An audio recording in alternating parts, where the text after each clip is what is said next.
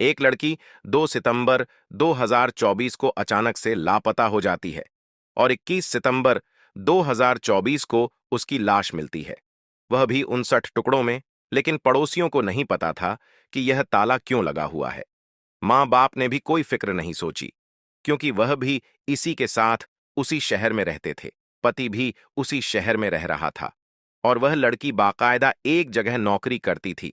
उस नौकरी करने वाली जगह पर भी कितने लोग आते जाते रहे होंगे, लेकिन किसी ने भी जानने की कोशिश नहीं की कि आखिरकार वह लड़की कहाँ है।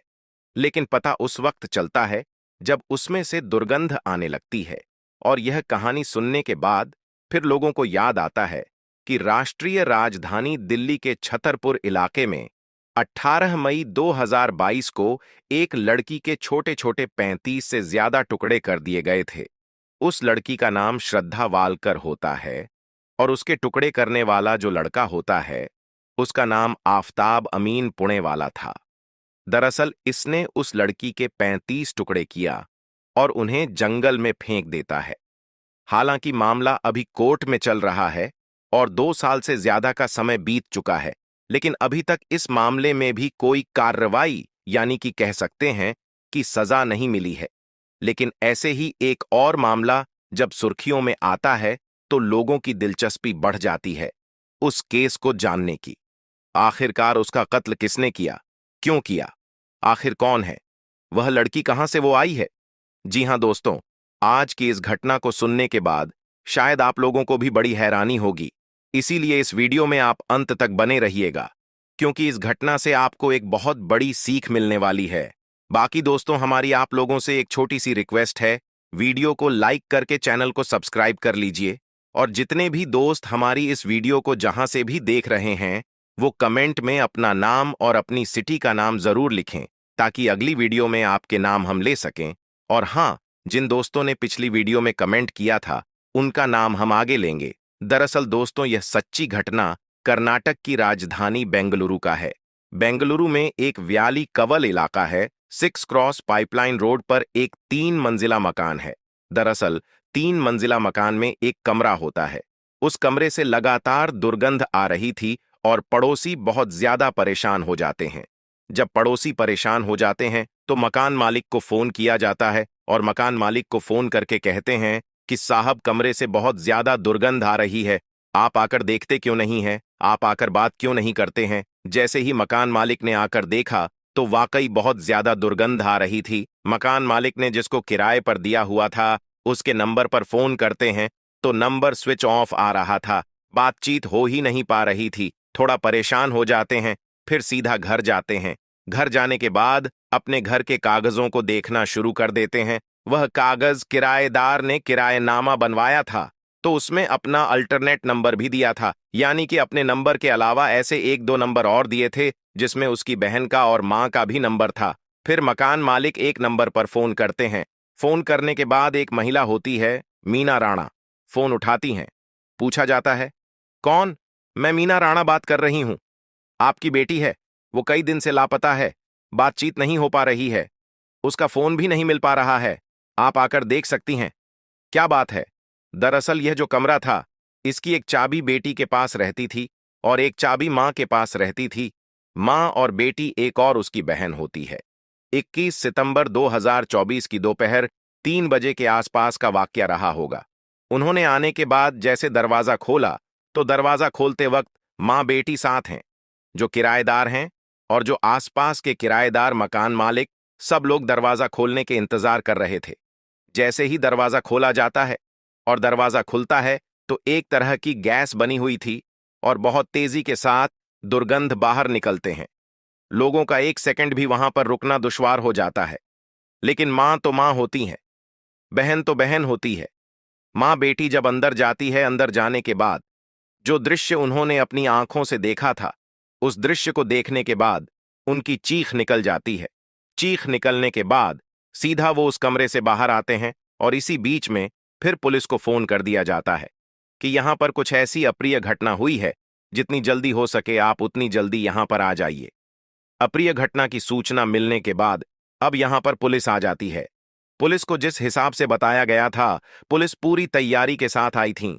अब चाहे डॉग स्क्वाड हो या फिर फोरेंसिक टीम हो, अब यहाँ टीम आती है।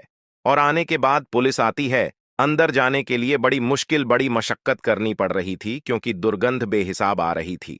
जैसे ही घर के अंदर कदम रखे जाते हैं तो पता चलता है कि घर के हर एक हिस्से में, रसोई से लेकर आंगन जो भी था हिस्सा, उस जगह पर कीड़े रेंग रहे थे। और एक तरह की लाइन सी जा रही थी, और वो लाइन जा रही थी फ्रिज की तरफ। 165 लीटर का सिंगल डोर का एक फ्रिज होता है। वो फ्रिज थोड़ा सा खुला हुआ था, थोड़ा सा बाकी खोलने की कोशिश की जाती है। तो फ्रिज 3 हिस्सों में बटा होता है। सबसे ऊपर का जो हिस्सा होता है उसमें एक मानव के पैर रखे हुए हैं। साथ ही नीचे जब नजर जाती है तो एक सर रखा हुआ है।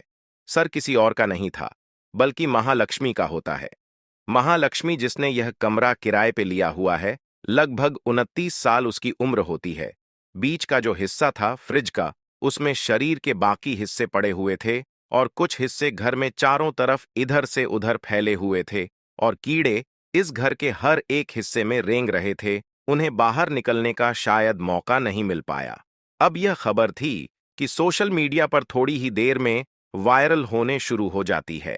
और जिस तरह से दिल्ली के छतरपुर में एक लड़की की, यानी कि श्रद्धा वालकर की हत्या कर दी जाती है आफताब अमीन पुणेवाला द्वारा, तो वैसे ही मामला कि उस मामले से जोड़कर इस मामले को देखा जाने लगता है।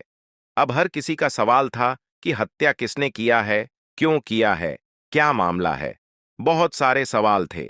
अब हर कोई इन सवालों के जवाब जानना चाहता था, लेकिन सबसे पहले इन सवालों के जवाब या तो परिवार के लोग जानना चाहते थे या फिर पुलिस जानना चाहती थी।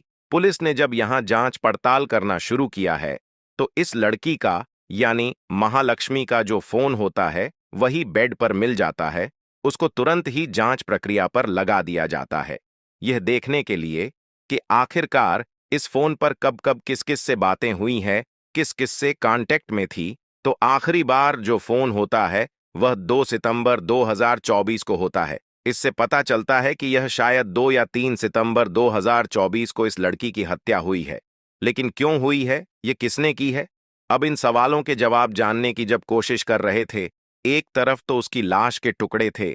इनको इकट्ठा करने के लिए पोस्टमार्टम हाउस में जो काम करने वाले कर्मचारी होते हैं उनको बुलाया जाता है, क्योंकि चारों तरफ जो मांस के टुकड़े फैले हुए थे उनको पुलिस के लिए इकट्ठा करना बहुत मुश्किल काम हो रहा था, दुर्गंध की वजह से।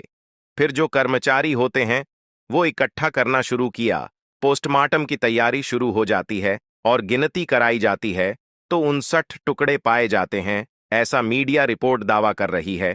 और यह बताया जाता है कि जो हत्या हुई है लाश मिलने के 6 या 7 दिन पहले की गई है। हालांकि इस लड़की का जो मोबाइल नंबर था वह 2 सितंबर से काम करना बंद कर देता है। 19 दिन तक वो गायब रहती है। अब इसके बारे में जब जानकारी जुटाई जाती है तो महालक्ष्मी नाम की ये महिला होती है जिसकी उम्र 29 साल के आसपास होती है, और यह महिला नेपाल के रहने वाली होती है। दरअसल 2019 तक यह महिला नेपाल में रहती थी। इसके परिवार भी नेपाल में ही रहता था, लेकिन परिवार के लोगों ने 2019 में हेमंत दास नाम की एक व्यक्ति से इनकी शादी कर दी। और हेमंत दास मोबाइल की शॉप पर काम करता था बेंगलोर में, और वो अपनी पत्नी को भी साथ लेकर चला आता है। बिल्कुल जिंदगी ठीक ठाक चल रही थी। लेकिन मार्च अप्रैल 2023 तक तो जिंदगी ठीक चल रही थी। इस बीच में बेटी भी पैदा हो जाती है। हेमंत दास मोबाइल की शॉप पर काम करता था और इसकी पत्नी महालक्ष्मी को मल्लेश्वर में एक नामी गिरामी मॉल होता है, वहां पर ब्यूटी शॉप पर सेल्स वुमेन लीडर का जॉब मिल जाता है और जिंदगी ठीक ठाक गुजर रही थी। लेकिन एक दिन इस व्यक्ति यानी कि हेमंत दास को यह पता चलता है कि उसकी पत्नी का एक नाई की दुकान पर काम करने वाले लड़के अशरफ से अफेयर चल रहा है, और इसी वजह से इन दोनों में झगड़ा होता है, फसाद होता है, और लड़की ने अपने पति से अलग होने का फैसला कर लिया। उसने अपनी बेटी को भी नहीं लिया, बेटी पति के साथ रहने लगती है हेमंत दास के, और यह महालक्ष्मी अपनी मां के साथ चली जाती है। मां के साथ कुछ दिन जहां वह रहती थी इस इलाके में रहना शुरू कर देते हैं, लेकिन वहां से वह अपना अलग कमरा ढूंढ लेती है, और जो कमरा लिया जाता है वह व्याली कवल इलाके में लिया जाता है। 3 मंजिला जो मकान होता है वहां रहना वो शुरू कर देते हैं। वहां पर उसकी जिंदगी ठीक चल रही थी। सुबह लगभग 9:30 बजे घर से निकलना होता था। रात लगभग 10 बजे के आसपास अपने कमरे पर आना होता था। आसपास के लोगों ने जानने की कोशिश नहीं की कि अकेली लड़की रहती है, कभी इसे किसी चीज की जरूरत तो नहीं है। अड़ोसी पड़ोसी को शहर में वैसे भी मतलब नहीं होता है। वो आती थी और जाती थी, और उसकी जो दिनचर्या थी वह अपने आप में बिजी थी। या फिर मॉल में जो काम करती थी वहां लोगों से जान पहचान थी, लेकिन एक अनजान व्यक्ति था जो उसे लाता था और लेकर जाता था, ऐसा पड़ोसी बताते हैं। लेकिन जब पुलिस इस मामले की जांच पड़ताल करती है और पति ने जब शिकायत बताई तो कहा कि अशरफ ने ही इसका हत्या की होगी, अशरफ ही यह सब कर सकता है। पुलिस ने अशरफ को पकड़ा, गिरफ्तार किया और उससे जब पूछताछ की तो उससे कुछ ऐसी जानकारी निकल नहीं पाती है। लेकिन पुलिस को शक यह भी होता है कि कहीं ऐसा तो नहीं कि पति का रोल हो। पति से भी जब जांच पड़ताल की जाती है तो पति का भी इसमें कोई रोल नजर नहीं आता। ऐसी स्थिति में महालक्ष्मी से जुड़े जितने भी लोग होते हैं उनसे भी पूछताछ की जाती है। फिर पुलिस को एक सबूत हाथ लगता है, पुलिस को एक ऐसा क्लू मिलता है कि पुलिस का यह दावा है कि इस घटना का हर हाल में उन्होंने खुलासा कर ही देना है। लेकिन कुछ थोड़ा सा समय चाहिए। भुवनेश्वर का रहने वाला कोई व्यक्ति है जो कि फिलहाल पश्चिम बंगाल में रह रहा है। इसके लिए 6 टीमें बनाई जाती हैं उसको गिरफ्तार करने के लिए। बाकी लोगों को भी हिरासत में लिया हुआ है, पूछताछ की जा रही है। लेकिन बेंगलुरु पुलिस का यह दावा है कि बहुत जल्दी इस घटनाक्रम का खुलासा होने वाला है और वह जल्दी ही उस कातिल तक पहुंच जाएंगे। कत्ल क्यों किया है, इसके पीछे की वजह क्या है? पति से बात करते हैं तो वह कहता है कि अशरफ ने कत्ल किया है। पुलिस से बातचीत अगर मीडिया करती है तो पता चलता है कि कातिल अब भी बाहर है, वह घूम रहा है, उसको पकड़ने की कोशिश की जा रही है। जितनी जल्दी हो सकता है उसे पकड़ सकते हैं। दोस्तों, इस घटनाक्रम को सुनाने का मकसद किसी को परेशान करना नहीं है, किसी का दिल दुखाना नहीं है, बल्कि आपको जागरूक करना है, आपको सचेत करना है। दोस्तों, जाते जाते भागवत प्रसाद भारती दिल्ली से, एमडी काबुल कश्मीर से, अलाउद्दीन असम से, बैजू कुमार बिहार से, विजय कुमार भोपाल एमपी से, रजा कुवैत से दोस्तों मिलते हैं फिर नेक्स्ट वीडियो में। आप अपना और अपनों का ख्याल रखें।